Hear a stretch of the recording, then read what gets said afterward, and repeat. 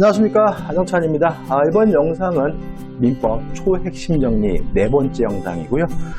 취소 조건 기한, 그 다음에 물권법 총론까지 들어가려고 합니다. 그래서 벌써 이제 민법 총칙 다 끝나고요. 그 다음에 물권법 총론의 앞부분을 좀 정리하려고 하거든요.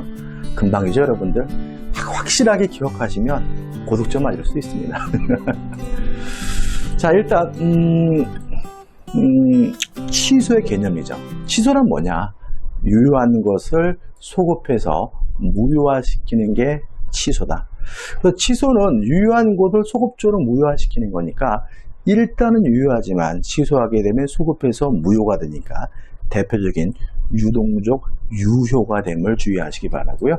자, 취소를 하게 되면 소급해서 무효가 되니까 이행한 것이 있다면 부당이득으로 반환을 해줘야 돼요. 예외가 있는데 제한 능력자는 현존하는 이익 범위 내에서만 반환하면 됩니다. 이것도 조심할 것은 뭐냐면 우리 판례는 현존 이익을 계산할 때 유흥비로 탕진한 것만 소비된 것으로 봅니다. 따라서 생활비로 지출했다, 병원비로 지출했다 같은 건전하게 쓴 것은 소비된 것이 아니라 현존하는 이익으로 평가된다는 거 조심하셔야 되고요. 자, 첫째, 언제 취소할 수 있느냐? 취소 사유인데 제한 능력자가 한 법률행위 취소할 수 있죠. 여기서 조심할 것은 뭐냐면 제한 능력을 이유로 취소하는 경우에는 제3자가 선이라 하더라도 보호되지 않는다. 꼭 기억해 두셔야 되고, 그 다음에 착오, 사기, 강박에 의한 의사표시 취소할 수 있고요. 물론 이 세 가지는 선의 제3자에게 대항할 수 없다. 선의 제3자가 보호된다는 거 주의하셔야 되겠죠. 자, 두 번째, 취소권자입니다. 자, 이것도 좀 생각해 볼 것은 뭐냐면 우리가 무효를 정리할 때는 누가 무효를 주장할 수 있는지는 정리를 안 했어요. 왜냐하면 무효는 아무나 주장할 수 있는 거죠. 그래서 시험 문제에서 이러이러한 사람은 무효임을 주장할 수 없다 그러면 X가 됨을 주의하시기 바라고, 이에 반해서 취소권자는 정해진 사람만이 취소할 수가 있는데 제한 능력자는 스스로 한 행위를 취소할 수 있습니다. 따라서 제한 능력자의 법률행위는 취소할 수 있지만 제한 능력자의 취소는 또다시 제한 능력이라는 이유로 뭐 할 수 없죠? 취소할 수 없고요. 착오, 사기, 강박에 의한 의사표시자 취소할 수 있고 이들의 대리인도 취소할 수 있는데 유의하실 것은 친권자 후견인과 같은 법정 대리인 당연히 취소할 수 있지만 임의 대리는 원칙적으로 취소할 수 없다. 이유 기억나시나요? 임의 대리는 시킨 일을 하면 임무를 완수하면 대리권이 소멸되기 때문에 취소권에 관한 별도의 수권이 있어야지만 취소할 수 있고 임의 대리는 원칙적으로 취소할 수 없음을 잊지 마시기 바라고요. 승계인도 취소할 수 있습니다. 물론 매수인과 같은 특별 승계인 취소할 수 있고요. 상속인과 같은 포괄 승계인도 취소할 수 있다는 거 꼭 기억해 두셔야 되고요. 그 다음에 세 번째, 취소의 상대방 누구한테 취소하느냐? 원래의 법률행위 상대방이다. 자, 이게 무슨 말이냐면 취소하고자 하는 그 법률행위 상대방이 취소의 상대방이지 현재 권리자가 취소의 상대방도 아니고요. 사기친 놈, 강박한 놈도 취소의 상대방이 아닙니다. 취소는 항상 누구한테 합니까? 취소하고자 하는 그 원래 법률행위 상대방이 취소의 상대방이라는 거 주의하셔야 되겠죠. 그 다음 세 번째, 취소할 수 있는 법률행위는 추인할 수 있고요. 추인하게 되면 더 이상 취소할 수가 없으니까 확정적 유효가 됩니다. 다시 말하면 취소할 수 있는 법률행위는 유동적 유효였잖아요. 근데 추인하게 되면 더 이상 취소할 수 없으니까 이제는 뭐가 되는 거죠? 확정적 유효가 되는데 첫 번째 문제가 되는 것은 누가 추인할 수 있느냐? 추인권자가 문제가 되는데 일단 취소권자가 추인할 수 있습니다. 추인도 아무나 할 수 있는 것이 아니라 누가 할 수 있는 거죠? 취소권자가요. 근데 조심할 것은 취소권자가 추인하기 위해서는 원인이 소멸된 후에 해야 돼요. 따라서 제한 능력자라면 제한 능력자에서 능력자가 된 후에야 비로소 추인할 수 있고요. 착오, 사기, 강박에 의한 의사표시란 그 상태에서 벗어난 후에야 비로소 추인할 수가 있는 거죠. 다만 주의하실 것은 법정 대리는 원인이 소멸되기 전에도 추인할 수 있다. 자, 예를 들어서 제한 능력자가 법률행위를 했습니다. 그러면 제한 능력자는 제한 능력자의 상태에서는 취소할 수 있지만 추인은 원인이 소멸된 후 능력자가 된 후에야 비로소 추인할 수가 있는데 법정 대리는 본인이 아직도 제한 능력자라 하더라도 여전히 뭐 할 수 있어요? 추인할 수 있다는 의미가 된다는 거 시험에 잘 나오고 있으니까 꼭 기억해 두셔야 되겠죠. 자, 그 다음에 법정 추인이죠. 자, 법정 추인이라는 것은 묵시적 추인을 말합니다. 다시 말하면 추인으로 볼 수 있는 행위가 있으면 그 행위가 있는 것만으로도 추인이 되는데 이게 뭐죠? 법정 추인이에요. 자, 이 법정 추인도 언제 해야 되냐면 원인이 소멸된 후에 해야 된다라는 거 기억해 두시기 바라고요. 법정 추인 사유는 전부나 일부의 이행의 청구, 경계, 담보의 제공, 취득한 권리의 전부나 일부의 양도, 강제 집행, 요 4가지인데, 5가지, 6가지인데, 여기서 꼭 기억할 것은 뭐냐면, 이행의 청구와 취득한 권리의 전부나 일부의 양도가 법정 추인이 되려면 취소권자가 해야 된다. 상대방이 사기친 놈이 이행을 청구하는 것은 추인이 아니고요. 사기친 놈이 상대방이 저한테 뺏은 물건을 팔아먹는 것은 뭐가 될 수 없죠? 추인이 될 수가 없는 거죠. 다시 말하면 이행을 청구하거나 권리를 양도하는 것이 추인이 되기 위해서는 누가 해야 됩니까? 취소권자가 해야 되고 상대방이 하는 것은 추인이 아니라는 거 꼭 기억해 두셔야 되겠죠. 6번째, 자, 행사 기간에 제한이 있습니다. 일단 첫 번째 기억할 것은 소멸시효가 아니라 제척기간이다. 자, 이게 무슨 말이냐면 소멸시효는 채권과 용익물권만 소멸시효 걸립니다. 근데 취소권은 형성권이에요. 채권도 아니고 용익물권도 아니기 때문에 소멸시효 걸리지 않고요. 법에 행사기간을 따로 규정하고 있는데 이거 우리가 제척기간이라고 하는 거죠. 따라서 취소권은 소멸시효 걸리는 것이 아니라 제척기간, 행사기간에 따로 규정되어 있는데 추인할 수 있는 날로부터, 다른 말로 하면 원인이 종료한 날로부터 3년이고요. 법률행위를 한 날로부터 10년입니다. 보통 우리 민법에서 이런 데서 문제가 나오면 숫자를 바꾸기보다는 앞에 말을 바꿔요. 자, 언제부터 3년인가요? 추인할 수 있는 날로부터. 언제부터 10년인가요? 법률행위를 한 날로부터 10년이고 둘 중에 어느 기간이라도 지나게 되면 더 이상 취소권을 행사할 수 없다는 거 꼭 기억해 두시기 바랍니다. 자, 이제 조건입니다. 조건과 기한, 법률행위 부과인 거죠. 자, 일단 개념입니다. 장래, 미래의 발생이 불확실한 거, 발생할 수도 있고 안 할 수도 있고 불확실한 것을 조건이라고 하고요. 미래 발생이 확실한 것은 기한이라고 하는 거죠. 예를 들어서 내일 비가 오면은 조건입니다. 왜냐하면 내일은 비가 올 수도 있고 안 올 수도 있고 불확실한 거니까요. 그렇지만 비가 오면은 기한입니다. 왜냐하면 언젠가는 반드시 비가 올 테니까요. 그죠? 자, 우리가 조건에 대해서 첫 번째 좀 생각해 볼 것은 조건 성취 효과는 과거로 소급하지 않습니다. 정지 조건이 성취가 되면 성취된 때부터 효과가 생기고요. 다만 당사자 간의 특약으로 뭐 하는 것은 가능해요? 소급시키는 것은 가능하죠. 이에 반해서 기한의 효과는 소급하지 않는다는 점은 마찬가지인데 당사자 간의 특약으로도 소급시킬 수 없다는 거 꼭 기억해 두셔야 되고요. 그 다음에 공통된 내용인데 조건이나 기한, 가족법상 행위에는 붙일 수가 없습니다. 만약에 가족법상 행위에 조건이나 기한을 붙이게 되면 반사회적 법률행위로서 법률행위 전체가 무효가 된다는 거 기억해 두시기 바라고요. 또 단독행위는 조건도 기한도 원칙적으로 붙일 수가 없습니다. 왜냐하면 단독행위는 승낙을 받지 않고 일방적으로 하는 것이기 때문에 만약에 단독행위를 할 때 일방적으로 조건이나 기한을 붙인다면 상대방의 법적 주의가 침해되기 때문에 그렇거든요. 따라서 상대방의 동의가 있다면 조건, 기한 붙일 수 있고요. 아니면 상대방에게 이익만을 주는 행위, 유증이나 채무 면제의 경우에는 단독행위지만 조건과 기한을 붙이는 것이 가능하다는 거 꼭 기억해 두시기 바랍니다. 자, 이제 조건에 관한 본격적인 내용입니다. 자, 정지 조건이죠. 정지 조건이 뭐냐?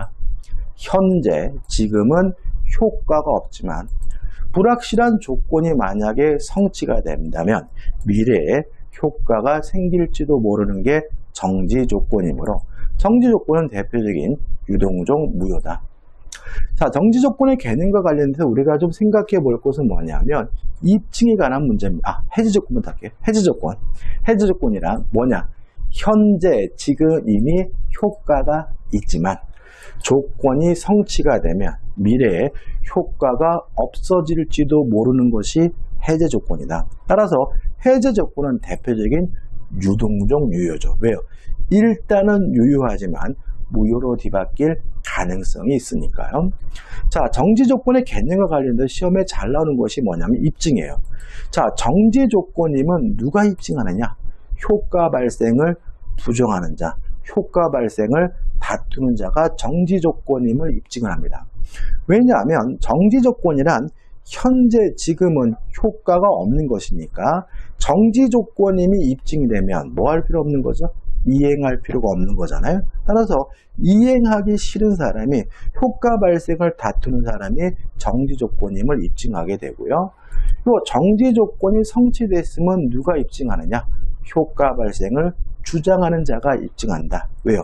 조건이 성취가 되면 비로소 효과가 생기니까 조건이 성취됐으면 효과 발생을 주장하는 자가 입증하게 된다는 거 꼭 기억해 두셔야 되겠죠. 그 다음에 이제 몇 가지 이제 정리할 것은 첫째, 기정조, 기해무, 불정무, 불해죠. 시험 문제 반드시 나옵니다. 기성 조건이 정지 조건이면 조건 없는 법률행위다. 기정조. 기성 조건이 해제 조건이면 무효다. 기해무. 불능 조건이 정지 조건이면 무효다. 불정무. 불능 조건이 해제 조건이면 조건 없는 법률행위다. 불해조. 기정조, 기해무, 불정무, 불해조고요. 꼭 외워두셔야 되고요. 그 다음에 조건의 성취를 방해했어요. 우리 민법 147조가 하지 말라고 죄송합니다. 조건 성취를 방해했어요. 다시 말하면 신의 측에 반해서 조건이 성취됐음을 성취를 못하게 방해했다면 어떻게 될 것인가에 대해서 방해가 없었다면 조건이 성취되었을 것이라고 추정되는 시점에서 조건이 성취되었음을 주장하는 것이 가능하다. 예를 들어서 공인중개사 시험에 합격하면 1억을 주겠다라고 약속해놓고 공인중개사 시험을 못 보게 방해를 했다면 상대방은 조건이 성취됐음을 주장할 수 있습니다. 합격됐음을 주장할 수 있는 거죠. 언제? 방해가 없었다면 조건이 성취되었으라고 추정되는 시점에 주장할 수 있고요. 그 다음에 세 번째, 조건부 권리는 일반 규정에 따라서 처분할 수도 있고 보존할 수도 있고 담보로 제공할 수도 있고 상속도 가능합니다. 특히 만약에 조건부 권리가 부동산의 권리라면 보존하기 위해서 가등기할 수 있다는 거 기억해 두시면 되겠죠. 자, 그 다음에 기한에서 우리가 정리할 것은 뭐냐면 기한의 이익이에요. 일단 기한의 이익이라는 것은 기한이 도래하지 않음으로 해서 얻는 이익을 우리가 기한의 이익이에요. 기한이 도래하지 않았다면 채권자는 돈을 받을 수 없고요. 채무자는 돈을 갚을 필요가 없는 것이니까 우리 민법은 기한의 이익은 원칙적으로 채무자에게 있는 것으로 추정을 합니다. 다만 이거 우리가 개별적으로 나눠보면 만약에 그 법률행위가 무상이라면 기한의 이익은 채무자에게만 이익이 되는 거고요. 만약에 무상 임치계약, 꽁꼬로 물건을 보관하기로 하는 경우에는 예외적으로 채권자인 임치만 기한의 이익이 있고요. 만약에 유상이라면 채무자뿐만 아니라 채권자에게도 기한의 이익이 있는 거죠. 그래서 기본적으로 꽁꼬면 기한의 이익은 채무자만, 유상이면 채무자, 채권자 모두, 무상 임치 계약은 예외적으로 채권자인 임치인에게만 기한의 이익이 있다. 이렇게 정리하면 되고요. 특히 1번과 2번처럼 한쪽 당사자에게만 기한의 이익이 있는 경우에는 자유롭게 포기할 수가 있습니다. 근데 만약에 유상이어서 채무자뿐만 아니라 채권자에게도 기한의 이익이 있는 경우에는 채권자의 손해를 배상해야 포기할 수 있다. 손해를 배상하고 포기할 수 있음을 잊지 마시기 바랍니다. 그 다음에 기한이익 상실입니다. 자, 기한이익 상실서에서 첫 번째, 채무자가 담보를 손상하거나 감소 또는 멸실한 때, 두 번째, 채무자가 담보 제공의 의무를 이행하지 아니한 때, 세 번째, 채무자가 파산한 때, 네 번째, 당사자가 약정한 상실 사유가 발생한 때죠. 자, 이러한 넷 중에 한 가지 기한의 이익 상실 사유가 발생하면 채권자는 지금 당장 돈을 갚아라 즉시 변제를 청구할 수 있고요. 그래도 이행하지 않으면 그때는 뭐가 되는 거죠? 이행지체가 되는 거죠. 따라서 채권자는 그때는 이행지체, 채무불이행을 이유로 계약을 해지하고 손해배상을 청구할 수가 있는 거죠. 근데 여기서 좀 조심할 것은 뭐냐면 이런 거 우리가 형성권적 기한이익 상실이라고 해요. 만약에 기한이익 상실 사유가 발생하는 순간 바로 이행지체가 되는 경우 우리가 정지조건부 기한이익 상실이거든요. 따라서 만약에 특약으로 상실 사유를 발생했고 즉시 자동으로 이행지체가 되는 경우로 우리가 정지조건부 기한이익 상실이라고 하고요. 원칙은 뭐죠? 형성권적 기한이익 상실입니다. 따라서 기한이익 상실 사유가 있으면 원칙적으로 바로 자동으로 이행지체가 된다는 지문은 X고요. 형성권적 기한이익 상실이 원칙이기 때문에 기한이익 상실 사유가 있더라도 바로 이행지체가 되는 것이 아니라 채권자가 즉시 변제를 청구했는데도 불구하고 변제하지 않아야 이행하지 않아야 비로소 이행지체가 된다는 거 잊지 마시기 바랍니다. 여기까지가 이제 우리가 민법 총칙에 관한 핵심적인 내용을 정리했죠. 많지 않죠, 여러분들? 자, 제가 지금 강의하는 이 교재가 필요하신 분들은 민작 카페에 가입하시면 자료에 암기 및 기출문제 자료가 있거든요. 그게 쭉 있어요. 그거를 다운받으시면 제가 강의하는 이 자료 그대로 프린트할 수 있으니까요. 혹시 카페 가입 안 하신 분들은 카페 가입하시고 무료로 다운받으시기 바랍니다. 자, 이제부터 이제 물권법으로 들어갑니다. 자, 물권법은 어려워하시는 분들이 많은데 어려워하는 가장 큰 이유는 뭐냐면 공부가 안 돼서 그런 거예요.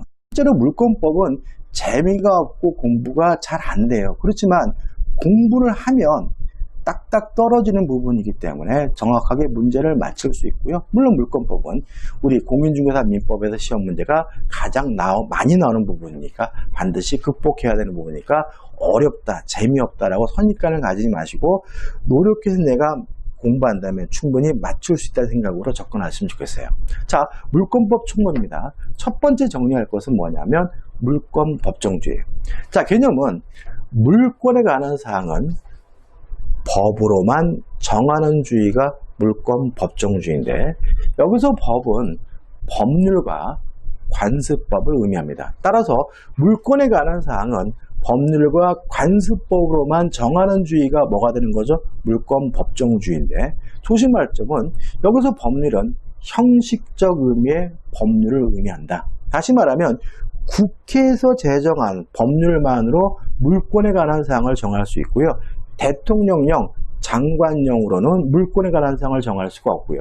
또 관습법으로도 물권에 관한 사항을 정할 수가 있기 때문에 관습법에 의하여 인정되는 물권 꼭 기억해 두셔야 되는데 우리 판례에 따른다면 분묘기지권, 관습법상의 법정지상권, 동산의 양도담보 요 세 가지만 관습법상 물권을 인정하고요. 요 세 가지 외에는 어떠한 경우에도 관습법상 물권을 인정하지 않는다는 거 꼭 기억해 두셔야 돼요. 그 다음에 이런 물권 법정주의 때문에 대부분의 물권법 규정은 강행 규정으로서 성질을 갖게 되는 거죠. 다시 말하면 이런 물권 법정주의에 따라서 종류가 강제가 되고 내용이 강제가 돼요. 따라서 법률과 관습법 외에는 다른 방법으로는 새로운 종류의 물권을 만들 수 없고요. 새로운 종류의 물권을 만들면 무효고요. 또 법률과 관습법이 정하고 있는 내용도 준수돼야 됩니다. 내용이 강제되죠. 따라서 물권법의 규정은 대부분이 뭐죠? 강행 규정으로 성질을 갖게 된다는 걸 알 수가 있죠. 자, 그 다음에 중요한 것은 뭐냐면 물권적 청구권이죠. 자, 일단 물권적 청구권은 뭐냐면 물권으로부터 발생하는 청구권이 물권적 청구권이고요. 종류는 반환 청구권과 방해 제거 청구권과 방해 예방 청구권 세 가지가 있습니다. 다시 말하면 물권적 청구권은 물권으로부터 발생하는 청구권이에요. 따라서 물권적 청구권이냐 아니면 채권적 청구권이냐 구별하는 방법은 물권이 있는 사람이 청구하면 그 사람의 청구권은 물권적 청구권이고요. 물권이 없는 사람이 청구하면 그 사람의 청구권은 채권적 청구권임을 유의하시기 바라고, 여기서 기억할 것은 절대로 물권과 물권 청구권은 분리될 수가 없다. 따라서 물권적 청구권만 독립해서 분리해서 소멸시 걸리지 않는다는 거 꼭 기억해 두셔야 됩니다. 다시 말하면 물권적 청구권만 따로 분리해서 양도할 수 없고요. 원칙적으로 물권적 청구권은 뭐에 걸리지 않습니까? 소멸시에 걸리지 않는다는 거 잊지 마셔야 되겠죠. 자, 그 다음에 정리할 것은 주체. 물권자이어야 한다. 다시 말하면 물권이 있는 사람만이 물권적 청구권 행사할 수 있으므로 물권자만이 주체가 되는 거죠. 예외가 없습니다. 상대방, 침해자, 누구를 말하냐면 소유자가 아니라 점유자를 말하는 겁니다. 점유하고 있다면 그 사람에게 아무런 고의과실도 요구하지 않고요. 점유하고 있다면 원칙적으로 그 사람의 점유가 직접 점유든 간접 점유든 따지지 않아요. 다만 유의하실 것은 그 물권적 청구 내용이 건물의 철거 청구를 하면 상대방은 직접 점유자인 임차인일 수는 없고 간접 점유자인 임대인이어야 한다는 것이 우리 판례 입장입니다. 왜냐하면 건물의 철거는 누구만이 그 건물의 소유자인 임대인만 할 수가 있으니까요. 다만 조심할 것은 토지 소유자는 건물 소유자에게 건물에서 퇴거를 요구할 수 없어요. 왜냐하면 토지 소유자니까요. 건물의 소유자가 아니니까요. 물권적 청구권의 주는 누구에 대해 물권자이어야 하잖아요. 근데 그 살고 있는 사람이 만약에 건물의 소유자가 아니라 건물의 임차인인 경우에는 그 임차인에게 토지 소유자가 퇴거를 요구할 수 있다는 것이 우리 판례 입장입니다. 자, 이런 얘기입니다. 남의 땅에다가 불법으로 건물을 신축했다면 토지 소유자는 내 땅에서 나가라는 의미에서 그 건물에 대해서 철거를 청구할 수 있어요. 누구한테요? 그 건물의 소유자인 간접 점유자에게. 근데 문제는 그 건물에 누가 살고 있냐면 세입자가 살고 있거든요. 그러면 세입자를 내보내야 건물을 뭐 할 수 있어요? 철거할 수 있으니까 철거는 임대인, 건물 소유자에게 요구하는 거고요. 그 임차인, 그 직접 점유자에게는 토지 소유자가 퇴거해달라고 요구할 수 있다는 것이 우리 판례 입장이라는 거 같이 기억해 두시기 바랍니다. 자, 그 다음에 부동산 물권 변동이죠. 거의 시험 문제 반드시 나와요. 결론은 뭐냐면 부동산에 관한 물권이 변동되려면 등기를 해야 되느냐 등기할 필요가 없느냐 이 문제거든요. 일단 법률행위에 의한 물권 변동, 계약이나 단독행위에 의해서 물권이 변동될 때는 등기를 해야 됩니다. 이에 반해서 법률 규정에 의한 물권 변동, 계약도 아니고 단독행위도 아닌 다른 사유로 물권이 변동될 때는 등기할 필요가 없습니다. 제일 중요한 거죠. 그래서 시험 문제에서 실제로는 다음 중 등기해야 되는 경우는 이렇게 본다면 5개 지문 중에서 법률행위, 계약과 단독행위를 찾으면 되고요.